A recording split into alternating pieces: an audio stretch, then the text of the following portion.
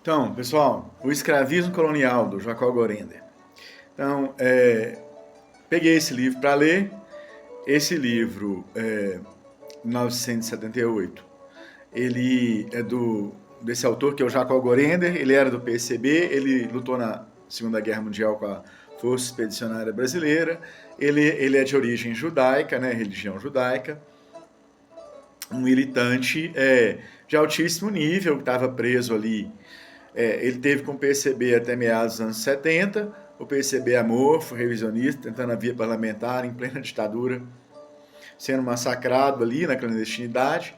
E Gorender foi um dos últimos ali a romper com esse PCB amorfo ali do Prestes, anos 70. Prestes estava no exílio, eles sendo perseguidos depois que as organizações de luta armada, entre aspas, que são organizações revolucionárias, foram dizimadas.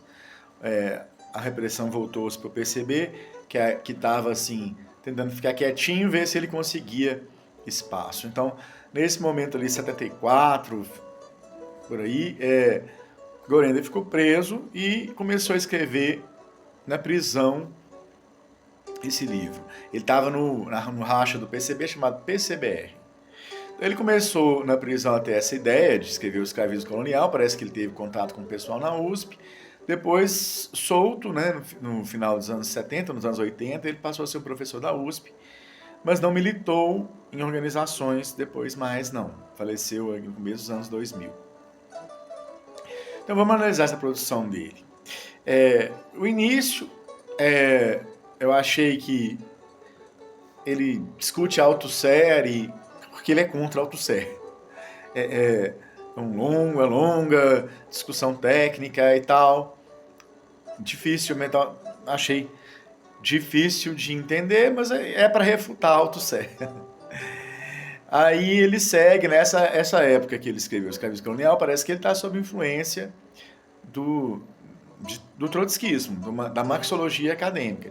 Tanto que Nelson Werneck Sodré responde a esse texto, fala As Aventuras da Marxologia. Então, ele escreve para resolver um problema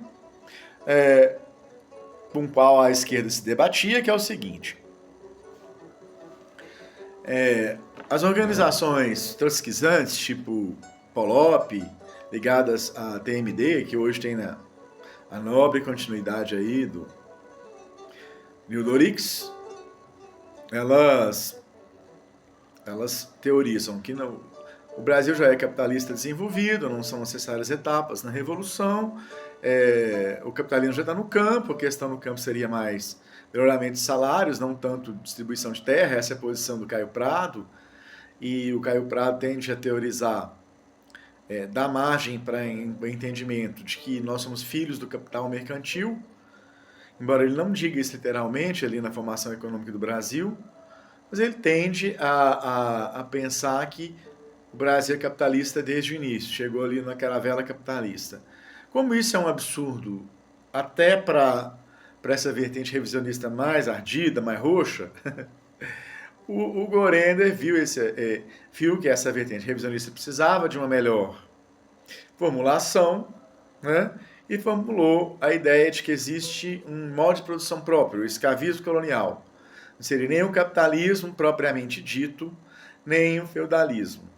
Então isso colou, por exemplo, Jones Manuel fala aí, né, já é quase uma azeitona na boca do Jones Manuel, dos acadêmicos, dos marxólogos em geral, trotskistas. Foi uma formulação boa para os revisionistas trotskistas, derrubando, pelo menos na universidade, né, a hipótese que o Brasil recebeu o feudalismo ali no período colonial e ainda temos os restos feudais. Então, o Gorender me parece influenciado pela discussão de Portugal. O próprio Sodré falou assim, Gorender quer inventar um modo de produção original, mas ele ridiculariza Stalin e a mim. Mas e se Stalin tivesse falado em inventar um modo de produção original? Esse autor trotskizante, TMD, não ridicularizaria essa iniciativa? Não acharia megalômana, babaca, ditadora e não sei o que mais? E forçação de barra? Mas quando é você, pode. Quando é você trotskizante, pode. Marxólogo. Então, os portugueses... Tem uma linha de interpretação na academia portuguesa que eles acreditam que nem o feudalismo Portugal teve, a Revolução de Avis, em 1285 seria a primeira Revolução Burguesa, Portugal seria um pioneiro da invenção do capitalismo, hipóteses que passaram longe do Max Weber e do Marx no século XIX. Eles jamais viram esse pioneirismo em Portugal. Esses autores alemães nem estavam em tela, nem estavam em discussão. Então, o que a gente pode supor é o seguinte, que Portugal era mercantilista e feudal e exportou para nós o escravismo e o feudalismo como modos de produção predominantes, porque podem existir vários modos de produção convivendo na mesma época histórica. Isso que eu acho que é a melhor explicação. Mas Goender fala que o modo de produção feudal dominante no Portugal da época não se transferiu ao país conquistado. Nós teríamos inventado, Portugal teria inventado o escravismo colonial. Aí eu ironizei no verbete que eu fiz para o GACB, o grupo de americanista Cipriano Barato. Se somos originais quando dependentes, imagina quando... Se somos originais quando dependentes como colônia, imagina independentes. Então Goender tomou partido de Caio Prado contra Werner Sodré.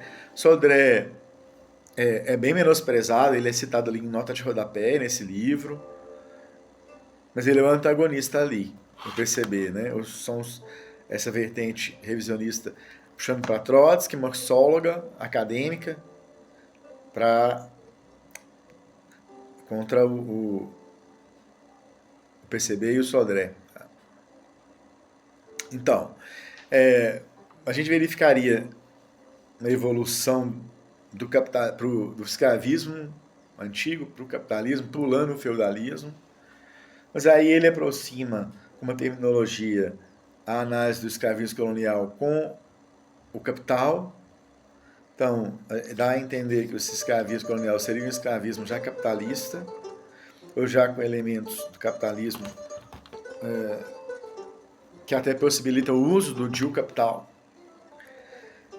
Então, eu ponderei assim, escravidão existia até na Irlanda, será que lá existia escravismo colonial? Foi uma ironia do professor Fábio, do GACB, agradeço aí, Fábio, a contribuição. Então, seria realidade, o Goen definindo aqui, seria uma realidade histórica nacionalmente caracterizada. Mas o Brasil nem era bem uma nação, né, nesse período colonial. Estava em formação a nação, né? O Goender transfere, por exemplo... É porque o sistema de grandes plantações, ele foi implantado por Portugal primeiro suas colônias atlântidas. As colônias do Atlântico. Açores, Ilha da Madeira e tal, aquela região que primeiro teve essas grandes plantações, que depois, esse sistema de plantation, que foi instalado no Nordeste brasileiro com açúcar. Diga-se de passagem, porque isso é sempre importante dizer, eu acho que o Goender faltou um pouco isso, esse sistema ele implica em que as populações da colônia sejam submetidas tanto a um trabalho forçado, né? No caso, escravidão, então os nativos também são escravizados, além dos negros que vêm escravizados, não é? E essa grande plantation, essa plantação para exportação ainda é uma forma muito comum hoje ainda, é uma herança, e as pessoas trabalham em regime de semi-escravidão. São presos ali à terra. Ainda hoje existem as dívidas que o patrão obriga e às vezes até mata ou estupra essas pessoas que estão ali nessa grande fazenda, né? O chamado agro tem essas características, a gente vê denúncias, né? Desde o uso abusivo de agrotóxicos até essas relações aí de semi-escravidão que as pessoas são postas, e agora o problema do desastre ambiental. Mas então já havia essa questão, a gente tem que falar que a grande plantação ela é para exportação em detrimento das populações da colônia, ainda é um problema que nós temos. Quem abastece o país é a agricultura familiar, não o tal do agro, que na verdade eu chamo de latifúndio semi-feudal. Então, eu achei esse livro do Gorender superestimado. Eu acho que ele se virou ali para uma vertente trotskizante, como uma forma de sobreviver, não julgo, mas é muito. Igual eu estava conversando com o Márcio, o camarada Márcio, é muito ruim o socialista, entre aspas, com equívocos, corrompendo as bases. Às vezes é pior do que o reacionário assumido, porque é mais fácil combater o reacionário assumido do que esse tipo de socialista que é o Gorender aí, com suas conclusões errôneas, tá? Então, falou.